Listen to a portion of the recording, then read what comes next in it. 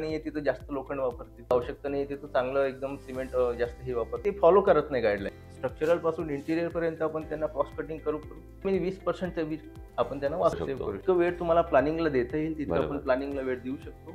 आणि माझी हे सजेशन असते की प्लॅन परफेक्ट झाला तर तुमचं स्ट्रक्चर परफेक्ट राहतं. आपण सगळ्यांपासून काहीतरी शिकत राहायला पाहिजे, काहीतरी शिकवायचा प्रयत्न केला पाहिजे. तो विचारतो की सर कोणतं स्टील घ्यायला पाहिजे, कसं घ्यायला पाहिजे, तर आपण त्यांना जे चांगले ब्रँडेड आहेत त्यांच्याकडे जा असं आपण सांगत असतो. तर मी त्यांना तिथेच सांगतो की तुम्ही त्याला बेंड करून बघा आणि जो आपला नॉर्मल हे आहे त्याला बेंड करून बघा.